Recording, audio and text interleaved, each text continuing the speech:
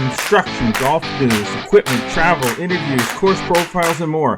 Your weekly fix of all things golf is about to begin. It's the Flagstick Podcast with your hosts, Jeff Botter and Scott McLeod. All right, welcome to the Flagstick Podcast. I'm your host, Jeff Botter. He is your other host, Scott McLeod. And we're ready to get back at it after a week. Scott's been off, not feeling the greatest, needing a little downtime. So we took a week off, but that's all good. He's back. We're ready to go. Podcast this week sponsored by Golf PEI. Golf Prince Edward Island is our premier Canadian golf destination, boasting the most number of golf courses per capita in Canada, with over 400 fairways, closer than you can imagine, top-tier accommodations, and exquisite culinary experiences. It is the easiest golf vacation you'll ever book. So book the vacations at golfpei.ca. Make sure you're following across all our social media networks. We're pretty active on there: Instagram, X, TikTok, and Facebook. Please subscribe on Spotify, Audible, Amazon Music, and Apple Podcasts for this podcast. We really encourage you to subscribe to our YouTube channel. Like us and click the notification bell and make sure that you never miss a single episode of anything that we do here on flagstick.com or whatever. Some stuff coming. Yes, there is some stuff coming. We have promised it. It is coming. Little delay because of Scott's being sick, and he didn't want to sound like he had his nose plugged the whole time he was recording. So we do have the new Flagstick Academy instruction series coming up very, very soon to be up there on the YouTube channel and on flagstick.com. Yes. Some stuff filmed, more coming. However, how are you feeling though? I mean, are you back, Scott? Are you like, you sound okay. You do sound like you got some remnants going on there, but you sound a little bit better. Yeah, I feel fine. And, hey, it was just a cold. I'm not going to sit there and, make it out like it was some serious man flu or whatever. Hearing what some people have been going through this winter, geez, I don't want anything they have, but I'm always extra cautious, right? I'm the person who doesn't want to share it around. I hear you. And I was talking to a guy the other day. He's like, we get the office hero, as he says, the people that's like, oh yeah, I'm dead sick, but I'm here. And he's like, yeah, infecting 100 other people. And everybody, and nobody cares. It's like, nobody cares about the guy that shows to work sick. Exactly. Like everybody's mad at that guy. Yeah, exactly. Or that girl, but they're mad at them. It's not like you show up and your boss thinks, "Oh, look at that guy. That guy is that guy's grinding it out. He's a trooper. He's working his magic. He's sick, but he's still here." Yeah. No, he does. Nobody wants you there when you're sick. No, and consider a lot of the jobs and stuff that are out there these days. There's probably a little bit. If you want to do a little bit of work, you can probably do a little bit of work at home. Probably. So and again, not get people sick and stuff like that. So, anyways. Yeah, and it's reading week, so our daughter's home. Okay, that's good. Busy studying, but it's nice to see her and nice to have her under the roof at least for a week. Nice. But yeah, no, otherwise, it's just been busy already. It's crazy. DMs. I posted something this morning on one of our social things, just a video showing lots of driver heads and stuff like that. One of our sponsors here at the podcast at Celtic Golf Center, just with all the different driver heads and stuff. And we're just getting so many questions right now from people, and especially after we did the fitting podcast a couple weeks ago. Oh, right, yes, that one was kind of popular. Which was interesting because we had, I had people responding, asking, okay, where am I going to go get fitting? Had lots of different questions, and continually just have questions about particular products where people are trying to narrow stuff down. And they're like, hey, I'm thinking about, changing this year. I'm thinking about this product, and this product. Any way that you can give me a little bit of early guidance, and then they can work with somebody and get really narrowed down beyond that, at their local spot, their pro, their shop, whatever the case. So yeah, getting a lot of questions with that. And then I have a funny one coming up that is based on somebody that went and did something. Remember back in the old days, and when, in the 1990s, when you'd be at a golf store and you're trying to protect the golf club and you put like tape over the face or whatever. Yeah. We didn't have launch monitors back then, so we didn't really understand that we might have been impacting the results that the people are getting. So I have a little experiment that I did to show the dramatic difference of what happens. Anyways, I'll get to that at some point. We'll have that up on our social media. But Okay. anyways, Okay. testing lots of different stuff and then starting to think about golf, which is leading Yeah. into kind of what we're going to be talking about a bit today. I mean, have not been playing a lot of simulator golf, obviously. Even when I was at home, I think I hit, 4 balls in the 4 or 5 days that I was kind of not really doing much, just to kind of get my body moving. But I'm definitely starting to get the itch. Yeah, feeling it a little bit there. Yeah, I mean, I'm starting to feel a little bit. I mean, hockey season is. Hockey season never winds down for me completely. This year, a little different. This is we'll call it Brandon's last year as in minor hockey. Sure, but you're still after doing, this year, still doing coaching stuff. Yeah, so I'm still doing all of my stuff with my stuff. skill development stuff that I do a couple times, so 2 or 3 times a week now. Yeah. But Brandon's last year, they wound up, they got eliminated from the playoffs. So that's the end of his minor hockey career, we'll call it, because once you pass U18, onto the beer league. Exactly, it's either beer league or it's junior, right? So for him, U18 ended on Tuesday night, so their team is out, but now he's joining the Metcalf, which is where we live here. He's joining the Metcalf Jets Junior C team for the remainder of their playoff run at the junior level. So he's going to continue to play for at least another week, maybe another couple weeks. He had the chance to play with the Ottawa Junior Junior Canadians, cool, which is another step up in Junior B. Sure. Whether they call him up for the playoffs or not, that depends. I mean, normally they don't bring up affiliated players for playoffs unless they really need them. But if he gets a chance, great. But he just turned 18 this week, and that's wild. Yeah, I know it is crazy, and I think about that, like, it's great. He just turned 18. That's awesome.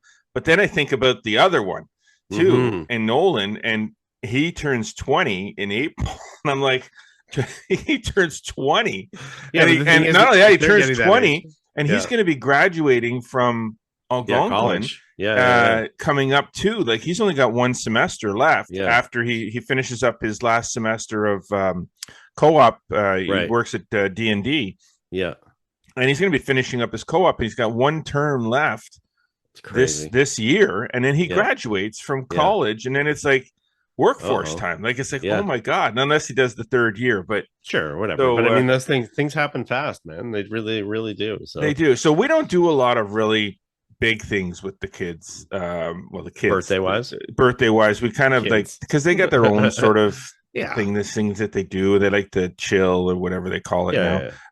But the one thing that we've always done is birthday suppers. It's like, what do you want for your birthday supper? In the past, it's always kind of the same thing. Oh, I want lasagna, because you never really, or I want their taste maybe a little bit more refined. So Brandon throws a curve at us, and we're like, okay, we could try this. He says, I want pulled pork sandwiches. Oh, cool, awesome. I'm like, pulled pork sandwiches. Like, you put, awesome. The pulled pork, we put it on the fancy buns. I'm like, okay, so I'm like looking up recipes for pulled pork in the slow cooker. Just messaged me. I didn't even think of it. So I find a recipe, and I go get a pork shoulder from Loblaws, and get up. And Trish and I get up in the morning and season it and put it in the slow cooker. And now we slow cooked it in orange juice. Okay, yeah, which some acidity in it. Anyway. So we made this massive pot and then I got some ciabatta buns. Yep. And then I when we used the ciabatta buns, I put them in a hot 9:43 in the morning, and you're making me hungry. I know. I put them in the hot frying pan, like really hot frying pan with a little bit of butter, and really toasted them up that way instead of just putting them in the toaster. And it was like, oh my god, these things are so. And he wanted those big potato wedges, like the Cavendish, and I did those in the air fryer. You should maybe do a little bit of slaw on the top of it too, because the thing with the pulled pork. I mean, this is funny that we're how long in we haven't. We haven't even started talking golf. But we will. We do promise we'll get to the front 9. When you get it's sort of really rich when you get some of the the pulled pork and stuff like that. So you just need some other, the acidity from the orange juice helps a little bit, but get a little coleslaw in there or whatever like that, and that sort of balances a little bit or whatever. But yeah, you can't beat it. It's easy to make. Oh, it's amazing. Right? It's cheap to make. Good thing for a student or stuff like that. And it's a regular. I haven't made it in a little while, but I usually make it. Well, it didn't go very far. As big as the shoulder was, we all had one sandwich at dinner with potato wedges, and then everybody had one leftover sandwich. Okay, yeah, and that was it. It was gone. Yeah, it's like depends want more. Like, so we're like, well, should we go get another one? See, now you're going to start to do it all the time. You'll like, should we go get another one and try it with something other than orange juice? I mean, some anyway. It was amazing. It was a great idea. And I've seen it more and more now, because obviously you don't see it. You used to see it a lot of times. You go to the South and stuff like that. Obviously, barbecues become much more popular all over the place now. You're seeing a lot more golf courses now, halfway house, have it available, pulled pork and stuff like that. So yeah, it's a so delicious. Anyways, all right. Well, you know what? And I'm hungry. It's only 9:45 in the morning right now, at least as we're recording. Yep. But I think maybe we should get to a little bit of a golf show. Sure, let's do that. Let's do that. We're gonna have a little bit of fun, as we always do, but we're gonna talk about some iconic golf holes, and how we think we should play them, and whatever else happens to pop up, especially in the front nine. We'll just chitter chatter and see what topics we can come up with. It should be a fun show. But let's get to the front nine, presented by Metcalfe Golf Club. A natural setting, a pleasant challenge. Golf season really isn't that far off, although some would argue with all the snow it might be, but it melts. What's the temperature this morning in Ottawa? I don't know. It's cold. It was minus 20 down in Kingston. Yeah, no, it's not making. Anyway, it is time to start thinking about the golf season ahead. Golf at Metcalfe Golf Club is a perfect place to start. Become a member, join one of the many leagues, participate in an event, or save some money on golf with their popular game passes. Visit metcalfegolf.com. To hook yourself up with any of that stuff, especially the game passes. If you're gonna golf, we gotta lock onto those. Very good value. Okay, definitely. Front nine. Mm-hmm. Talk about front nine. A lot of registrations are now open. I mean, I think people are starting to see that. Especially, I think we kind of kicked things off with the Flagstick Open, which is one of the first big amateur events in Ontario, at least for the season. A little slower on the registrations this year than usual. We're usually sold out by now with that event, but we're very close. There's only about 10 spots left. So we do encourage you to get those spots hooked up quickly because I think that once people start to think a little more golf and less about 40 centimeters of snow, that the wait list will start to grow too. And don't be afraid to get on the wait list, because generally speaking, people do have things that come up and they cancel at the event at the last minute or even sooner than last minute. And those wait list people do start to get in. So regardless of whether you're on the wait list or you're not on the wait list, you probably will get in unless the wait list grows to like 60 or 70 people, which it has in the past. But right now is a good time to lock in. And we'll be opening the registration for the Flagstick Shootout as well, which will be happening at Smuggler's Glen in July. We're going to be opening the registration for that very soon too. And you'll be able to lock into those spots. And that's going to be a little bit more limited as far as numbers, but not limited as far as skill level. It's an ABCD division tournament as well. Same as the Open, just about a little over half the field. So about 72 players that at this point. That doesn't mean that we won't be able to open it up to more. But right now it's 72 players in that field, but wide open for everybody. It's not an elite tournament for only elite players. It's wide open. So I hate the word elite. No, it just sounds wrong. Sounds elite. And anybody watching, you'll notice I got the red Flagstick hat on today. What's going on with that? Well, here's the thing. I put on the black pullover and I couldn't find my black hat. I don't know why. There it is. It's over there. Yeah. Well, I can't exactly get yours. So I just grabbed the red hat. So this has nothing to do with the Canada-US game tonight, but nobody's, most people are going to be listening to this on Friday and Saturday. Right, so exactly. That game will already have happened. Canada will already have won, and the US will be crying back across the border. Well, actually, no. Well, they'll be crying at home because they're playing in Boston. Apologies to the 41% of our show from the US. I know. It's a great rivalry, though. It really is. It is. Like, it really is. It's sort of, to me, it's the new hockey rivalry right now, at least the way things are right now. But anyway, for those that this hat's got nothing to do with that, because if there's one pet peeve that I have had for years about hockey is what is up with the black jerseys and the black in the jerseys. The last I checked, our flag is red and white. There's no black in it anywhere. I don't mind that little bit of gold trim that they put in there, because that's kind of like a little bit of boom, we win in the gold all the time. But get rid of the black. Seriously. Red and white. Not a fan either. Nice red pant shells with a white leaf on the side of them. Red helmets. That would look so nice. So you know who does have a red and black theme in their posters and everything? Ottawa Gatineau Golf Expo. Ooh, nice, yes. And that is the Ottawa Gatineau Golf Expo is coming up in a couple of weeks. Yeah. Now, for those that we are not exhibiting with a booth this year. We are a media partner. We are just spread very thin when it comes to availability. With everything else that we have going on, it's very difficult to staff a booth when it's just us two. Joe retired, so we don't have the luxury of Joe and Paula anymore. My kids are older and got other things going on, so we decided to take a year and just be involved, promote. We may show up. I may be there on the Friday. I think I might go up. Our buddy Derek asked me if I'd jump up on stage with him and help him out. We'll see if I do that, but I've got to coach volleyball on Saturday. So, well, there you go. So this is why, it's just difficult. And it's not like it was in the past where we had magazines to pass out. We're just kind of there. Here we are. So we're kind of just going to take a step back this year, all in support of the Golf Expo. So I don't want anybody to get the idea that we don't think the Golf Expo is no. Please go to the Golf Expo. We'll talk about it. We'll do some interviews. We'll continue to promote it and so on. Great show to have for the region. Just this year, we're not going to be there. But I'll be heading on the Sunday. I'll be heading up to Toronto because I have a flight the next day. All right. For some content. Yes. Coming up for that following week. Good timing. It should be good timing to get the heck out of Dodge. Yes. Be gone. When you come back, it'll be warm. Things will be melting. Gotta do it for the readers. He thinks he's telling the truth right now. He's so full of it.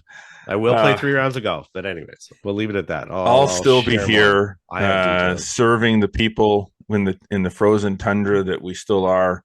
Don't worry, I'm not leaving you. There you go. I won't leave you either. I'll just be on social media. Oh God, just follow me there. So, all right. So that the Ottawa Gatineau Golf Expo coming up in a couple weeks at the EY Center, as always. Lots of great exhibitors going to be there. Lots of great stuff on their stage, the seminar stage. As you mentioned, Derek will probably be up there doing some instruction. James as well. I think is there. I haven't seen the other names yet, but we'll share. I'm sure next week. More stuff will be posted as far as what that schedule is going to look like and who's going to be exhibiting at the Ottawa Gatineau Golf Expo website. Golfexpos.ca, I believe, is the website. Double check that. Is that what it is? I will. I'll double make sure. We want to get the right URL for people that it is, in fact, golfexpos.ca or canadiangolfexpo.ca. Make sure that people get the right spot to go. CanadianGolfExpo.ca. There we go. CanadianGolfExpo.ca. Visit it, check it out, go back to it. They're going to be updating that with floor plan and exhibitors. Get your tickets right now. That's true. Yeah, don't stand in the line. Don't go and stand in the line for an hour. Go and get your tickets online. Buy them. You probably save some money if you buy them in advance. Buy a group pack. Get 15, 20, 30, 40 of your buddies together and buy a whole bunch. Have a golf day. You know, get together, have breakfast, hang Yeah. out, talk golf, go to the Well, show, talk more golf. make a day of it. Yeah, for sure. Make a 100%. weekend of it. Come on up. Yeah. There's hotels around there. You just make a double day. Spend the There whole you go. weekend in Ottawa. Go skating on the canal. Yes, and they do have a list of a Bless bunch of the me. exhibitors. Bless you, right now. Yeah. So let's get to the website. All right. So the other thing you should take into account right now is if you're looking at getting some summer work and summer employment in the golf industry, many golf courses have started doing job fairs and so on right now. There's a lot of full-time openings. We post some stuff up on flagstick.com. Wow. Oh my gosh. They come in threes, but for me, they come in hundreds. Great. This should be a fun podcast. Yeah, this should be a great podcast. I need a cough button. I guess. Hang on a second. On off. There's a cough button right here. See, it worked. There you go. See, I do have a cough button. But yeah, I know. Even my son Brandon is working on a summer employment gig this year. Wants to get into the golf industry. Has an interview tomorrow at a golf course. So I'm looking at getting into the golf industry. Wants to be a golf course architect. Mm-hmm. Get into that field. So wants to get working at the golf course. So start looking around. Check out flagstick.com. Contact the golf courses because they're hiring now. Look for those job fairs. I know a couple of different golf courses have had some signs out at the road outside their golf courses with job fairs opening. Yeah. All right. Good stuff. Now. Yes, sir. What else are we going to talk about here, Scott? Well, I think we're going to start to dig into a little bit of the. We'll start a little bit local, though. We'll talk. And what I wanted to do is, as I started looking at, different golf holes and stuff like that, I was watching the Pebble Beach tournament, and I was sort of inspired by that a little bit. I watched people playing the 18th hole, and I thought, how would we play that? How would the average person play that? Kind of what are their thoughts and stuff in the hole. We don't get into a lot of golf architecture here, but it's kind of fun to talk about certain things. But you know what, we can talk a little bit, start locally as well, because we have significant holes that will be hosting big events in the next little while, especially this year. So why don't we dig in and start a little bit? Actually, you know what, let's Royal Ottawa this year is actually hosting the Canadian Men's Amateur for the record 10th time. Wow. Not everyone has obviously had an opportunity to play there, but maybe they've gotten to see it on TrackMan, so you can go and play it on TrackMan. Maybe they've attended some of those amateur championships. The last time they had the Canadian Men's Amateur was 2016. Back in the day when the CPKC Women's Open, at that point, I think it was the BMO, they hosted it there. Maybe they played it in some OVGA events and stuff like that, but the hole there that there's a lot of great holes there that really require a lot of strategy. But the one I'm always interested in a lot of times, especially when I'm talking to some better players, is how they go about playing the 18th hole. And if we were to describe the design, it's a 528-yard par 4. Heading back towards the clubhouse, largely unchanged over the years. Plays off an elevated tee, goes down over a big hill, down to a flat fairway, but then it comes down to the second shot is unbelievable as far as what it requires of you, depending how you want to go about doing it, because the green itself, as we know, is up by the patio. Yes. Generally always people watching. It's sloped severely towards the fairway. Generally lots of rough kind of around it, and there's a creek down in the bottom just short of the green as well, so there's a high level of risk that's sort of there. I don't know how many times you've managed to play it over the years. I don't know, I haven't played it that many, but it's hard for me to recollect the different ways that maybe I've tried to play it over the years. But what are your thoughts on that particular hole, and maybe how you've played it over the years, and your thoughts of how you might. Well, I just played it 2 years ago. Okay. Because it was one of the bucket list courses that Brandon wanted to play before his surgery. So Derek McDonald was nice enough to bring us out with him and his wife Jenny, and we played. So it's recent in my mind. It's a par 5 though, right? Correct. Okay. So for me, that's a 3-shot hole. For me, that's a that's a drive. Try to go down the left side a little bit because it does kind of slope off of the right a little bit. So try to go on the left side so get somewhat of a flat lie for my second shot. Stay out of the rough. Yeah, and then I'm just laying up down to the bottom of in front of the creek. Yeah, and then trying to hit a wedge on. Now the issue with that hole, as you said, is that it's a small green. Elevated. It's a plateau type green, so it looks flat, like it's a tabletop from the fairway, but it's not. It's above you, right? Yeah, so you can't really see the slope of the green. It's a very steep embankment. Yeah. So if you are short, it's a very difficult up and down from there. It's not just a routine chip shot. If it's too short, you're in the creek, obviously. So, and if you hit it with a wedge, if you're an average player, you're probably not spinning it that much anyway. So it's not terrible hitting a wedge into it. It'll probably just bounce and roll to the back, or But for someone who spins the ball, and the greens are usually very, very quick, so you're going to be cautious of the fact that if you hit it with too much spin, it's just going to spin off the front and down the bank. Yeah, but I mean, I think there's a fair enough rough there a lot of the times that, I think I'd rather come at it from below. I remember thinking of the 2016 Canadian Men's Amateur. It was a back right pin, I believe, for the final round. Hugo Bernard ended up winning that. And I can remember seeing some players, get above that hole. Oh, you do not want to be above that hole. And putting was hard enough. But if they got in the rough and they were above the hole, like it was impossible. On top of the pressure of, everybody being there to watch it. Yes. The fact that it was a Canadian Men's Amateur, the fact that all the people then were on the patio as well. There might have been $1 or $2 changing hands as people were, no question on what was going to happen in front That's of them. The worst, eh? That is one of the best and the worst parts about a golf course that has their 18th green finishing at the clubhouse right in front of the patio. Is that it's a cool thing to be sitting on the patio watching guys come in.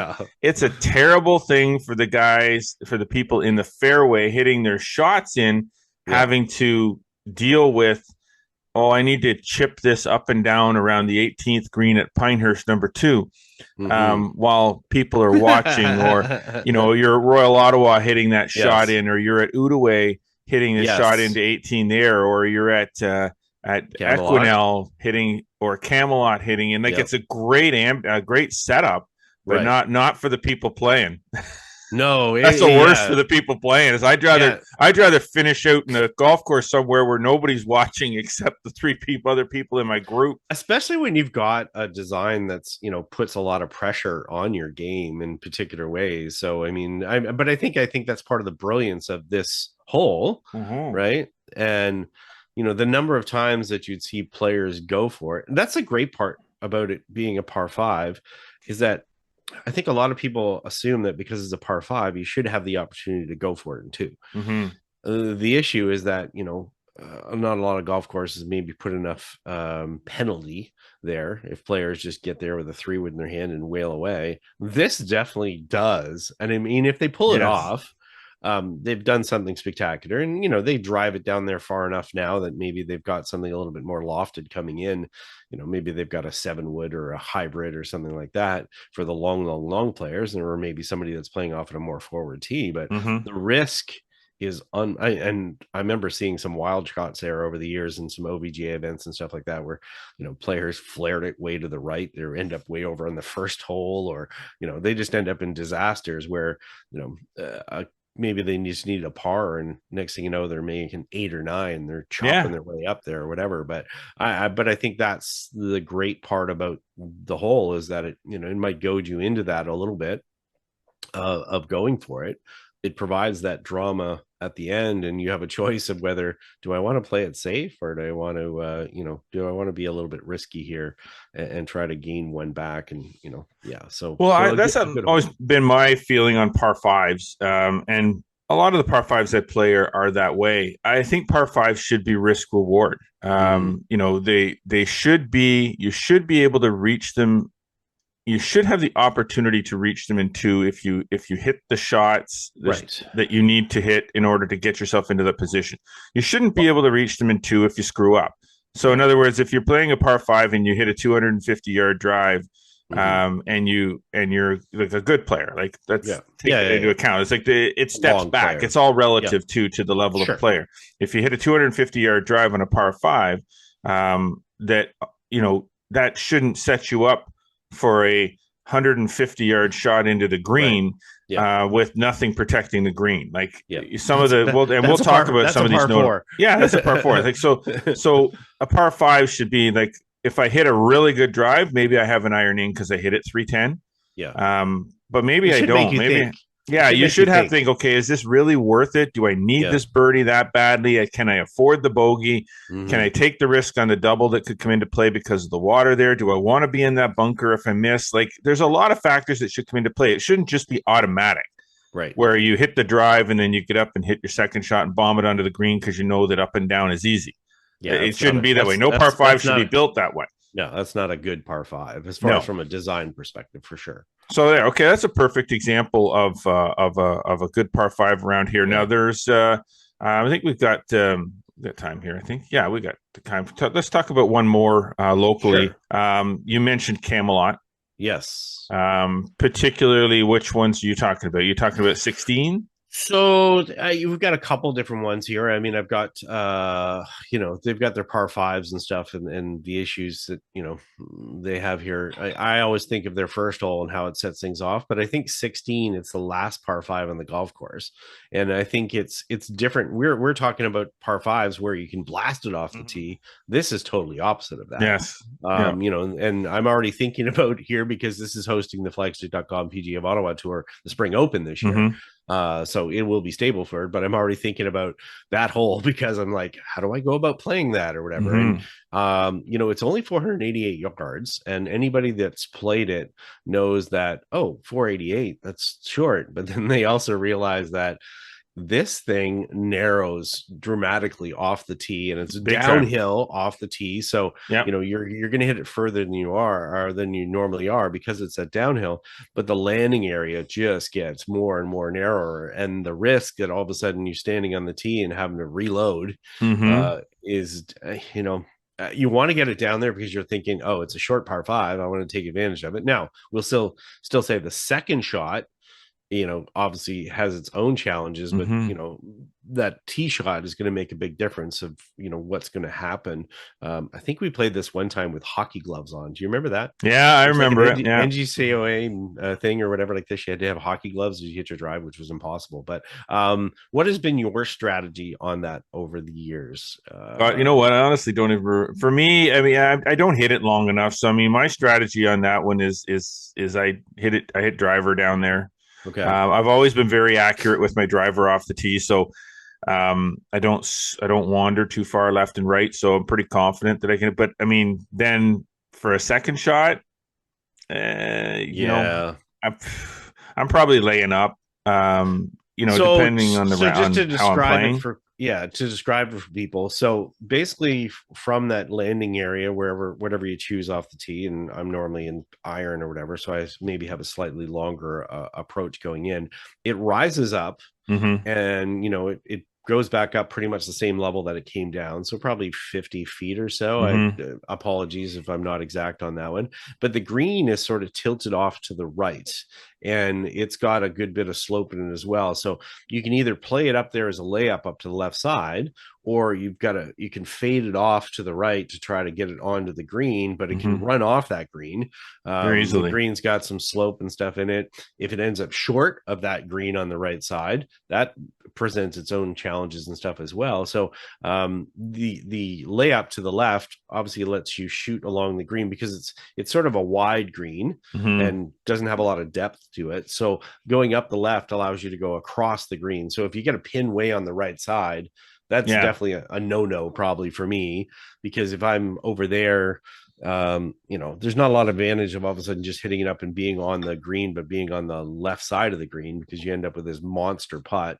Yes. I'd rather a lot of times maybe have a pitch and be able to control the spin and stuff like that. But I think it's interesting because within that design, here's a par five opportunity late in the round, but it's not a gimme.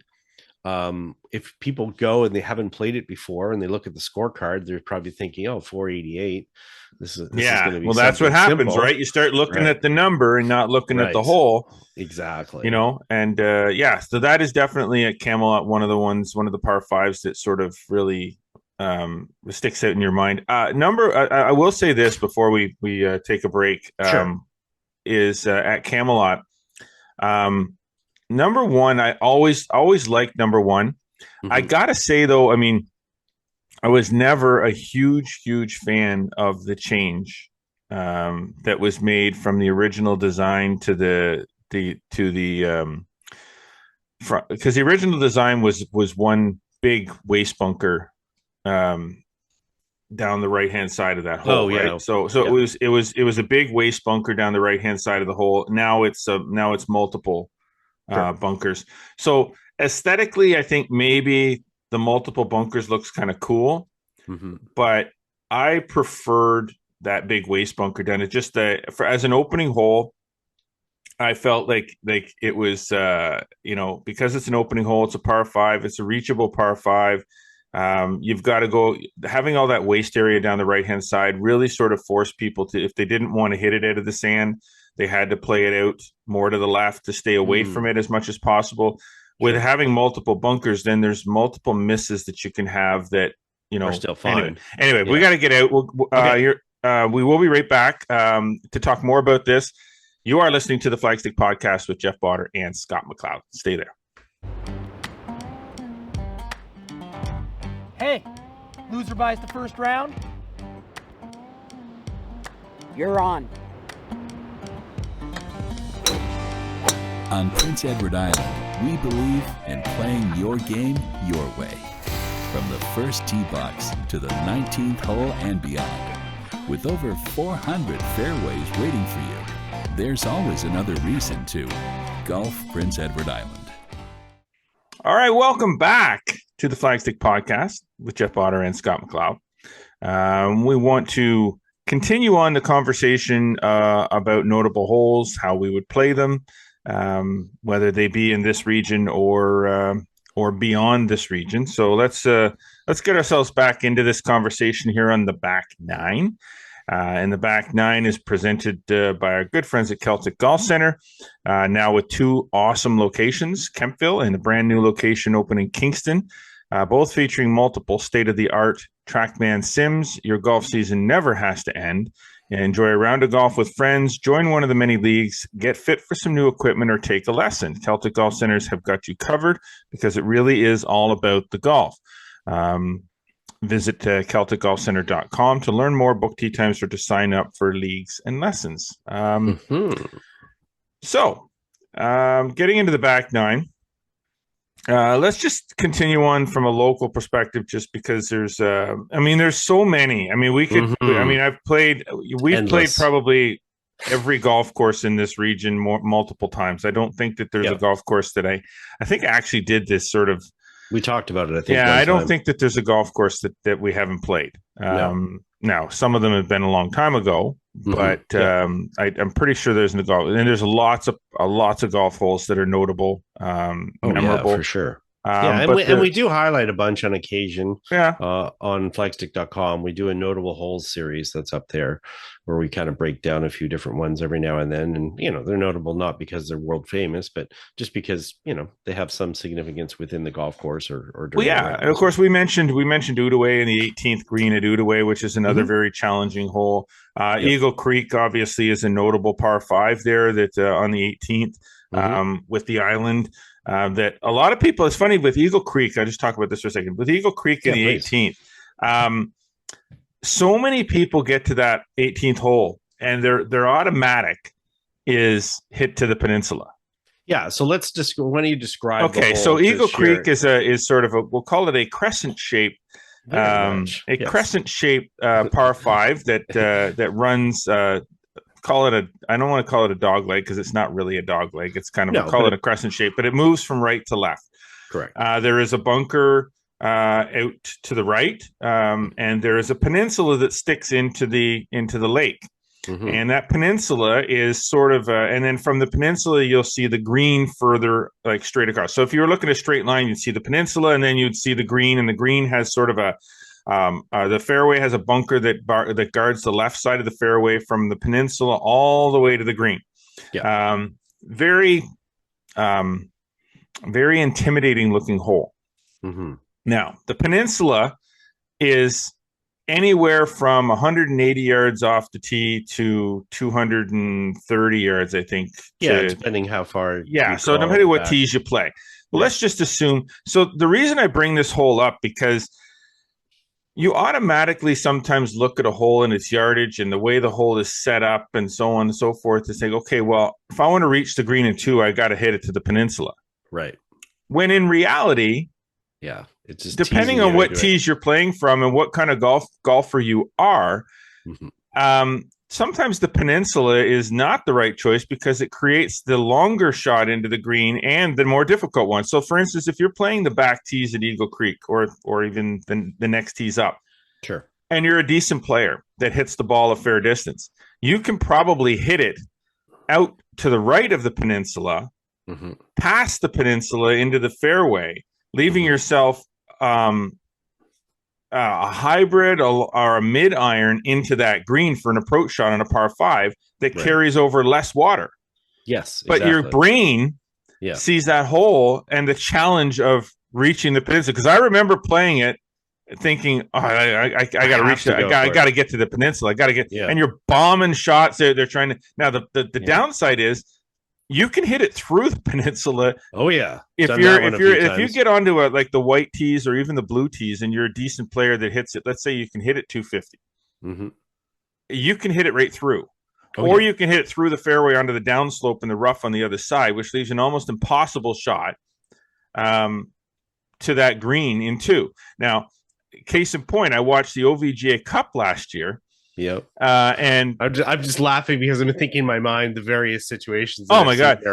I'm watching. I showed up at the end. My son Brandon was playing in the OVGA Cup, so I thought I'd show up and watch some of the players play coming in the 18th. So I'm watching guys and girls coming in, and some of them are hitting to the island, and some are bombing it past the island and reaching it in 2. And all of a sudden, I'm watching, and I see a ball come from the tee, bounce in the fairway, down into the water in the corner, like in that corner spot. And I'm looking, and I'm thinking, oh, wait a minute, that's Brandon's group. So I get down and I see it was him. Hit it through the peninsula. And it was just, he wasn't trying to, as I found out afterwards. He just hit a draw and it turned into the peninsula and he hits in the water. So he takes his drop. He has to take his drop on the downslope of the rough.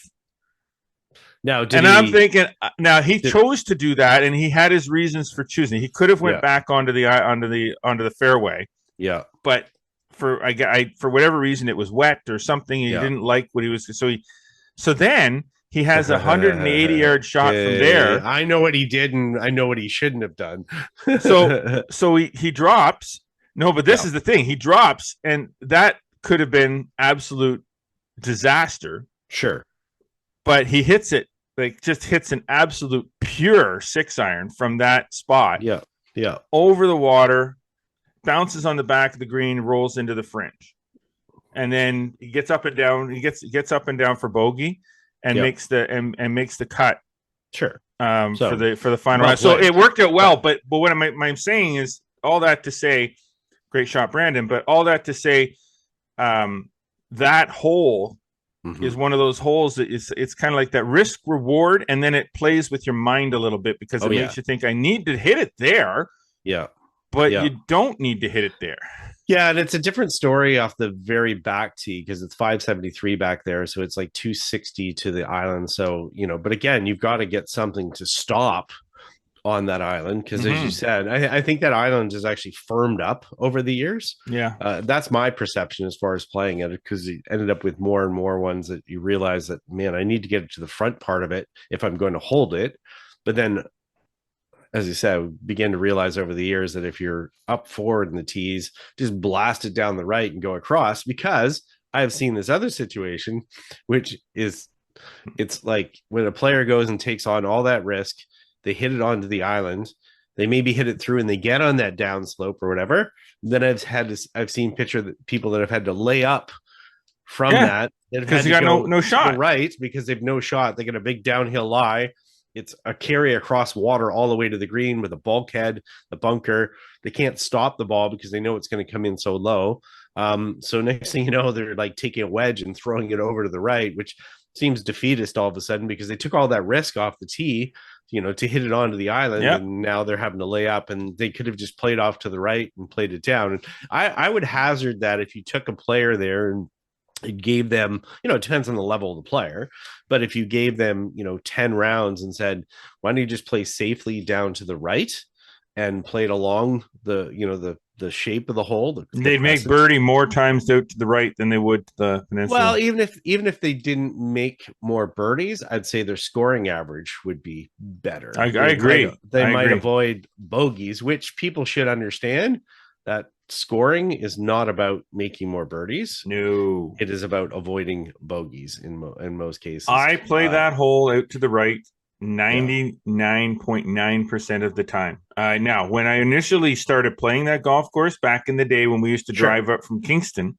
this is 30 years ago. It was all about reaching the island. Of course, Never even thought about out to the right. We always played the super back tee, so it was like a 230 some yard carry to get to the fairway. Correct. Exactly. Knowing that if I did get it across to the fairway, my next shot was 240 yards to the green. Yeah. You know what I mean? Like it's not like I hit it into the middle of the island or the peninsula up on the top flat spot. I would basically barely carry it and maybe not even get to the fairway, and then have to hit it like 240 out of the rough or the fairway to the green, which was an impossible shot. So what was the point? The 200-yard mark is sitting in the middle of that island. But interesting hole always comes into play. I'm looking forward to it's back on the circuit for the Flagstick.com PGA of Ottawa Tour this year, hosting the Pro. Nice. We're back, I think, to 18 holes this year, unfortunately, instead of the 27 that it's been the last few years. But I guess I'll have that choice to make some point in the summer here. But so it's all good, but a fun hole to talk about, one that even when tour events and stuff been there, players certainly talk about as the skill level the player goes up, maybe that is less of a decision for that player, but certainly as for most players it's going to be a bigger type decision. So okay, so let's leave Ottawa, let's leave the region, and let's head down to Florida, and let's talk about TPC Sawgrass. And I picked this one out here because not only is it famous, the tournament the players is obviously coming up in a few weeks here, but the fact that we've actually played it obviously makes a difference, because you can watch it on TV all you want, but until you're there on that tee box and or in that fairway and having to make those decisions, you kind of don't really understand the design as much as those trees look awfully familiar on the left hand side at 16. On 16, My decision to go for it in 2 or not go for it in 2 was made pretty simple by the fact that I hit it into the wall of trees on the left hand side of that fairway and had to pitch out to the fairway. So decision made, crisis averted. That said, let's talk about that hole. It's not, I will say, like a lot of the holes at Sawgrass that I recall, it was a while ago, but I do recall, there are a few tee shots that off the tee, it really does nothing for me. Like there's no, right. And this is one of them. For off the tee, there's a target. There's an area that you obviously don't want to go left, where I was, but it's not a, oh wow, look at this tee shot. It's all about the second shot visual that you have, not the first, but the first shot sets everything up, because where you hit it off the tee on 16 at Sawgrass determines how you play that hole, what your game plan is to play that hole, because if you're not in a it's a reachable hole, but if you're not in a spot that you can like really get a good strike on your second shot, then you're laying up, and that layup ain't no picnic either. No, so it's a 523-yard par five. So if people are not 100% familiar, dog leg left. The water off the tee doesn't really come into play. No, That's not really I a forgot there big was even deal. water there. Yeah, most people actually, if you looked at it, you wouldn't even realize it is there or whatever. You don't really look at it. It's not a long distance to be able to cover that. But off the tee, it's actually a sharper dog leg than you would imagine. If you watch it on TV, you probably think of it as being a fairly straight hole, but it's not. As you go further back, now obviously players, they're hitting it super long. They'll cut across the edge of the forest. Rough will play It doesn't a always part. work, by the way. No, it does not always work. Forest, at least, is it's pine straw and stuff in there, and you can sort of pitch out. You're just not going to be very aggressive. But the thing is that the more that you are on the left side, while it sort of maybe cuts off the yardage of the hole, it also makes you face the water a little bit more. Whereas if you're over on the right side of the fairway, you're sort of shooting away from the water. And most people here, because the way the green is shaped, it's got a little pot bunker in the front, but it's shaped and pushes off to the right towards the water. And hole location obviously is a big difference here. But as you said, that a layup is not as easy as people might think it is, because the third shot is so demanding as far as the green shape and getting the ball close to the hole. Yeah, you know what, could you play it really safely and try it and kind of make an somewhat easy part? Yeah, I guess so. But you also got to remember the way this is set up on the golf course with 16, 17, 18, because 15 is a long par four. It's not a hole that you're really kind of taking advantage of. So you're really trying to be aggressive here. 16 is your last big birdie chance. 17 is, because it's a short par three, but obviously it has its own issues as it is. But 16 is your big birdie eagle chance that you have sort of coming home, as we talk about that term, that risk reward. But again, you have to hit a quality tee shot, as you said, not intimidating tee shot, but it becomes more difficult when you're trying to be precise of where you're putting it to give you the next opportunity to hit. And again, it depends a lot on the wind too. The winds here can be wild. Yeah. Especially once you get up past the trees off the tee and you're Right. into that second shot area. The wind starts swirling around because when you're playing 17, that iconic hole, how the winds swirl when those guys are trying to hit wedges into that green, and it's like, imagine here where you're trying to hit it from 200 yards or less into that, and it's like you're not hitting a 9-iron. I mean, no. Cameron Champ aside, back in 2018, it hit one like 366 or 367 off the tee, and had next to nothing into that hole. I mean, it'd be under in the 150 range, to reach. That's a even at that, you're putting the ball a lot higher too, so the winds start to swirl more. But you're coming in that with a mid to long iron into that green. Yeah, and that green, I mean, they keep those greens super, super firm as well. So it's not like a ball is just like dropping in there. You can literally hit the green and it'll roll off. And you've got to remember, it's all water to the right. It's all water in behind the green. So, this is a green surface that you're trying for the middle as much as possible. But if it catches one of the big slopes there's a big slope that's on the left side. If it catches that slope and actually can gain speed, and you're hoping for the rough to maybe catch it up on the right. Now, if you try to stay away from the water on your second shot for the approach, there's a large tree and a big bunker on the left side that can end up blocking your shot. And then if it does that, you actually have to kind of play under that and play a lower shot.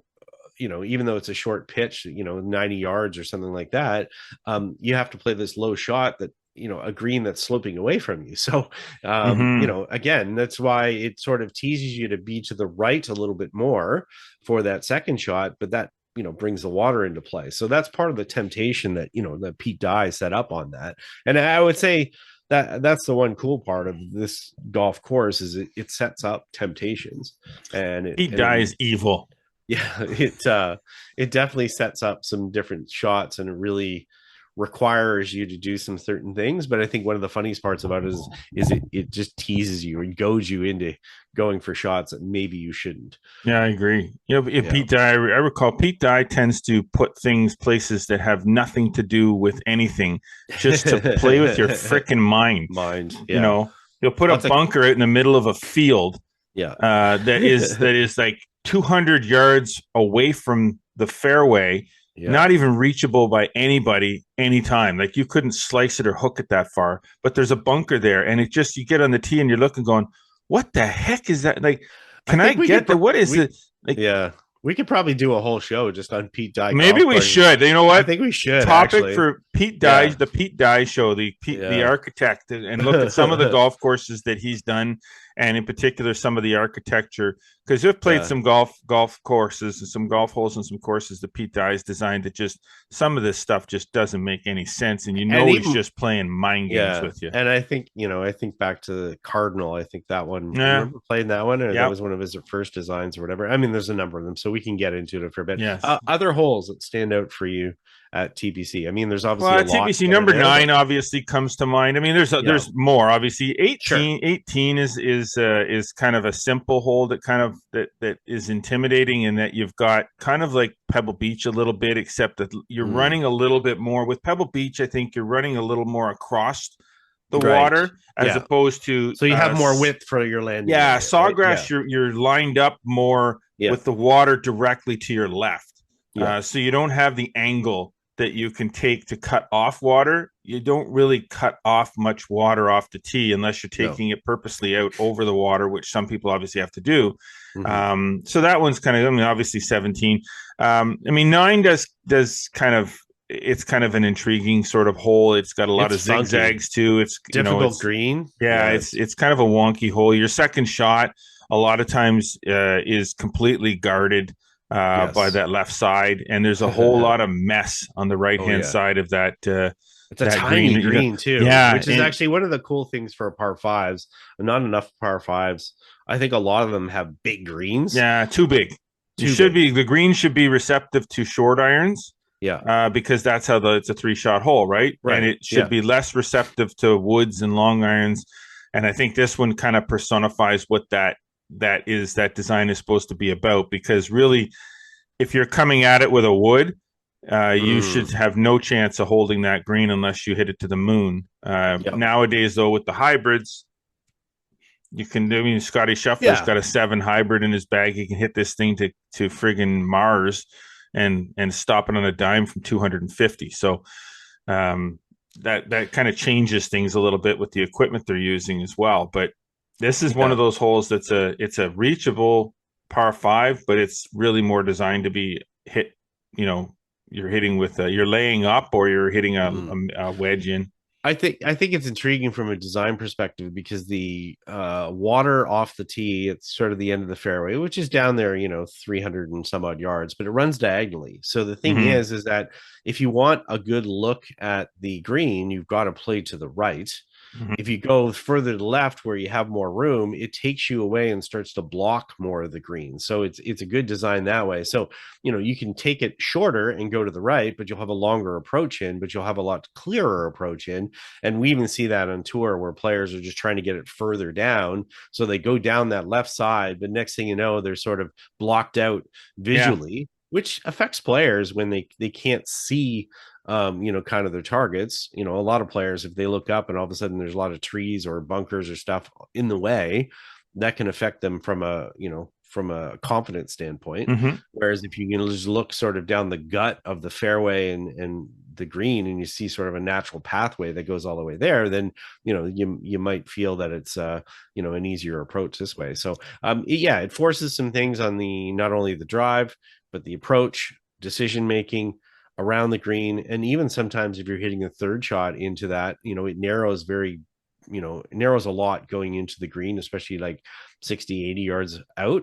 So it forces you to kind of lay back a little bit. And the further you push up, the narrower it gets and the more disaster that's there. And if you all of a sudden get into some of that deep rough that's up on the right side of the green, or, the bunker's not too bad, but again, it's really small green, so you don't have a lot of room to play with. But I think this is another typical underrated. Pete Dye totally mind game Yeah, that he puzzle. plays, because it's like there's so much thinking involved with how you need to play the hole, and then the way the trouble is presented, it's presented in such a way that there's a number of different intimidation Pathways. factors up or against the green. So you've got large bunker to the left of the green, a long bunker short and left that comes back to like 100 yards out, over 100 yards out. You've got small little pop bunkers positioned around the right side into the front. And you've got all this garbage out to the right-hand side that if you hit it into, good luck stopping a ball on the green from that area, because everything's going to slope down away from you. Like, and then you get a runoff area across the back. If you happen to hit it long, like if you're hitting a longer iron in trying to reach it in two, you've got a runoff off the back, and that pitch shot from the back is the green's running away from you. Yeah. So how are you supposed to stop it? So it's like all these things. It's like, hey, there's a runoff area back there that you can, if you go long. Problem is you're pitching from back there back into a green that runs away from you. So it's not an easy up and down. Yeah, and I think this really plays into it. It's a real par 5. Yes, you know what I mean? Yes, but it's not. That's a good way of describing it. This is a real par 5. It's not 600 yards long with the ability to run it up the front. Right. Exactly. So the thing is that a lot of times, I think a lot of the par 5s are par 4.5s. And I don't think you want 4 of those on a golf course. Nope. If we look at a hole like, 2 at the Marshes in Ottawa, and, it's a super intimidating hole. It's a real par 5. Yeah. You know what I mean? And it demands a lot. I mean, a lot of people might say it's a par 5.5 or a par 6. But I mean, again, this is a real par 5, even for the pros, this 9th at Sawgrass. So it makes you think it has demands all the way. And I think as a result of that, it makes for a good hole, an underrated hole, because I think it just doesn't, it doesn't get as much coverage from a TV perspective. So. Yeah, no, I agree with that. So, let's talk about one more golf course. Sure. Because obviously the Masters is coming up first. That's we'll call that the first big one.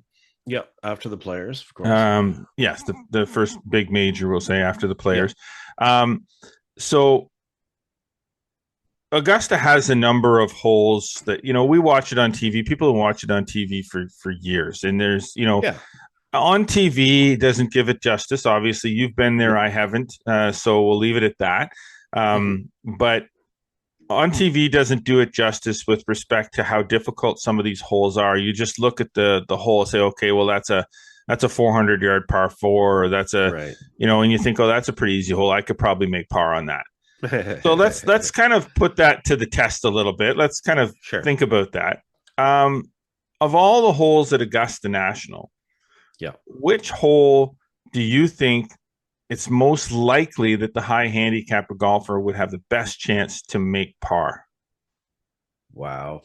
Now, high handicapper, let's qualify that a little bit. High handicapper, we'll say, is somebody, let's say, 15 and above? Sure, sounds good. Okay. And you're playing that. Are we playing the Masters tees, or are we playing the members tees? Because sometimes I didn't realize this.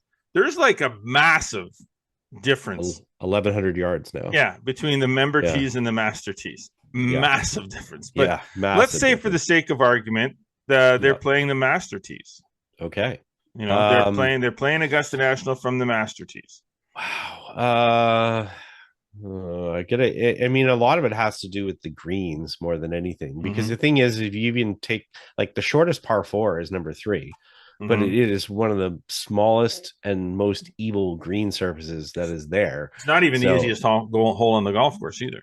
No, exactly. I would say number 2, and the reason I'm going to say number 2 is really, the fact that, really. Now it's going to punish them from a length perspective, right? But it's all downhill the whole way. Yeah. So it adds to them as far as length. Second shot, if they can just top it, it'll roll down the hill. And then from a severity from the green standpoint, and again, I mean, you have to sort of think about this. We're being fair here, not evil. No, I know, and because I'm thinking about some of the up slopes and stuff like that are on a couple of the other holes, and how a 15 to 18 handicap or whatever might struggle with that. And then two, I would say, you know, as much as a lot of the maybe this green is it's got some slope to it for sure, but I'd say it maybe has a little bit less than some of the other ones. But yeah, what are your thoughts on that one? I wouldn't have thought two, but now that I'm thinking about it, I mean, two might actually be the. Now I'm looking at the scorecard hard. I'm good. Yeah, that's what I'm looking at. I mean, originally I was going to say 10. Now I know Tiger struggles with 10 all the time. Yeah, and I think 10 is actually not a bad one, because again, it's downhill, off the tee, and it's downhill for sort of the approach. I think if they laid up, which probably they would have to, I think they'd be perfectly fine as far as to have an opportunity to maybe make bogey, maybe make par. Is 8 now? I'm just trying to I'm trying to get all these holes. Is 8 the one it's a downhill tee shot, but then it's an uphill second shot par 5?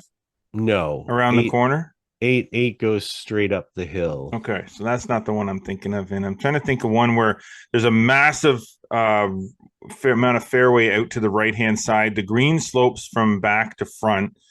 It's a par 5. And I'm pretty sure that's not 2. It's got to be 2. Maybe it is 2. So the second shot is uphill?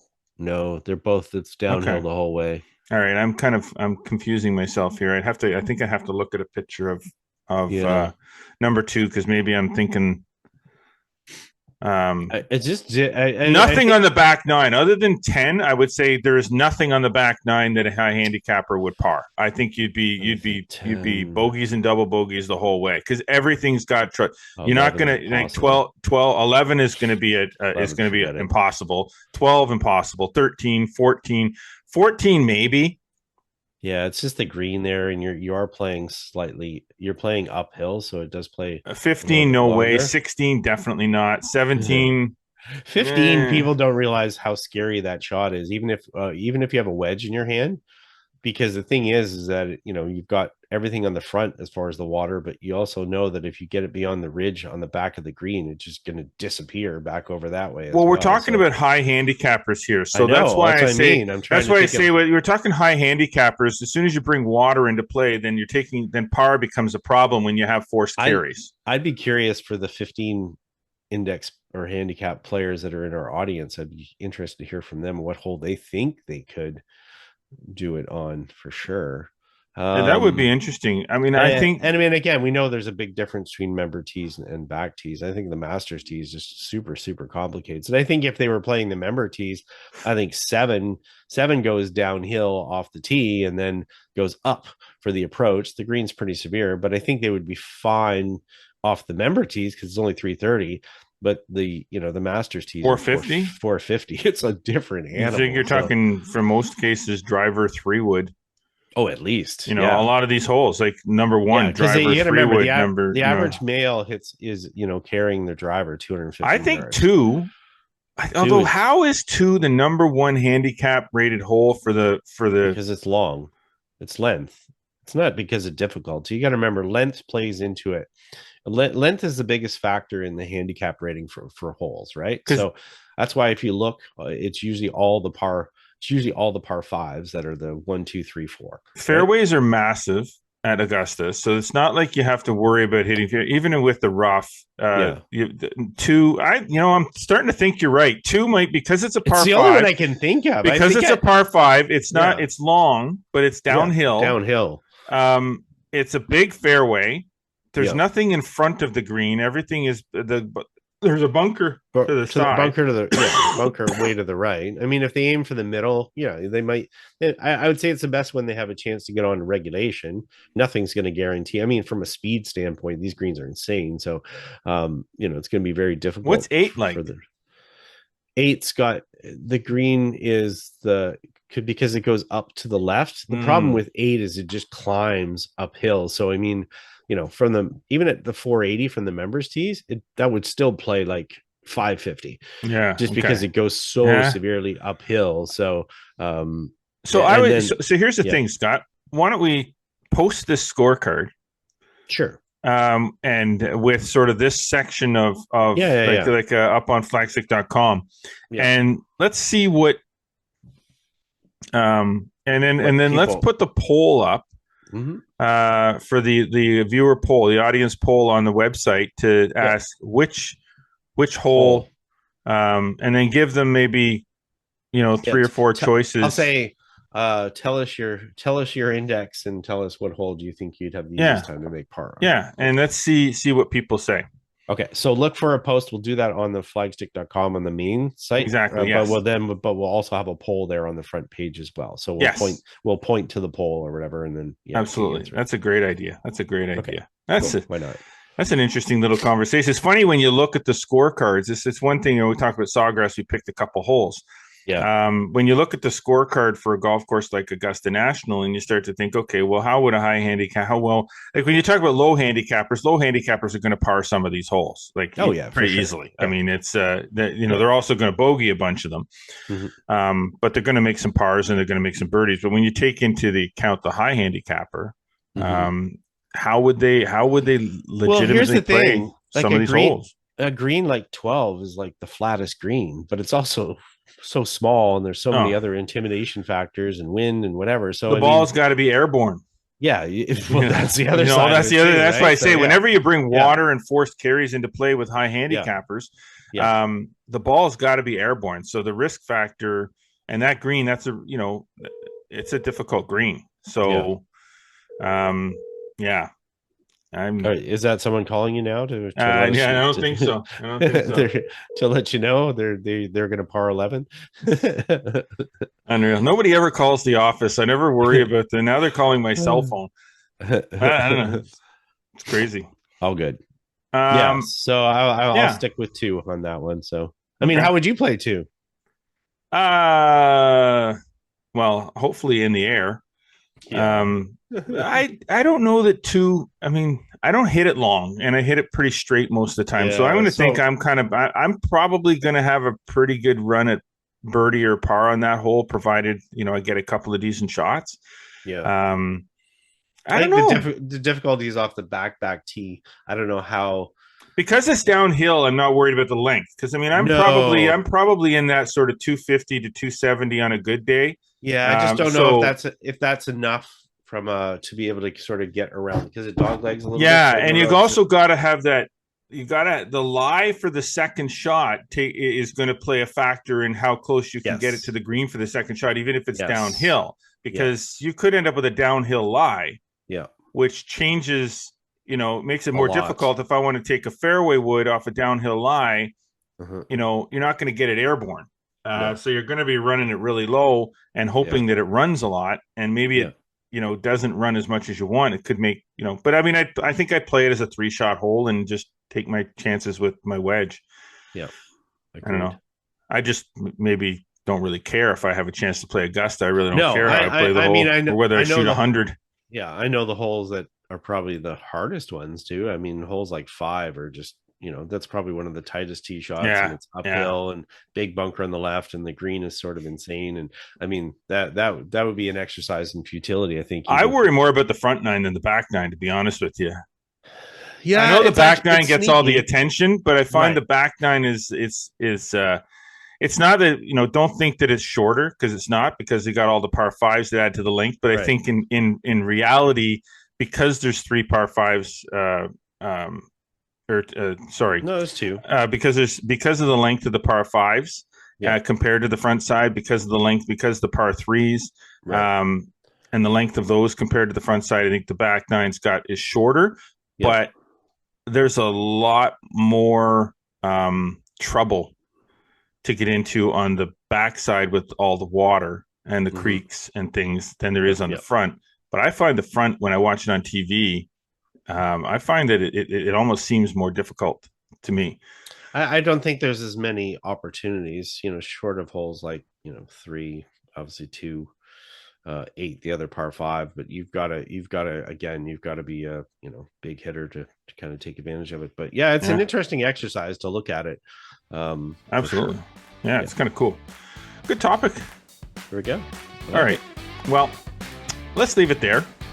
And let's try to get some input from some of our viewers and listeners. Let's get some input from you as to what you think. Check out flagstick.com. We'll have something up there for you to give some input. But for now, we're done. There you go. Good to have you back, Scott. Sounding Thank good. you. Good to be back. And we'll have some more conversations about stuff like this next week. But for now, we're wrapping it up. Thanks to all of our sponsors: Metcalf Golf Club, Celtic Golf Center, presenting sponsor this week, Golf PEI.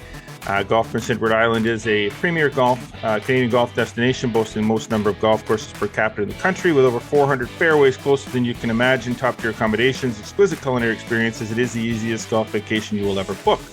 So book that vacation at golfpei.ca. Hopefully you are enjoying hearing and watching. Be sure to follow us across all social media networks, Instagram, X, Facebook, TikTok, and subscribe on Spotify, Audible, Amazon Music, and Apple Podcasts. Do not forget to subscribe to our YouTube channel. Like us, click the notification bell. Make sure you never miss a single episode. Get over to flagstick.com for more amazing golf content delivered to you every single day. And be sure to subscribe to Flagstick Digest newsletter. It's free and it's full of good stuff.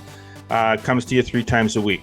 But as always, we appreciate you tuning in. But until next week, I am Jeff Botter. I'm Scott McLeod. Remember, always go for the stick.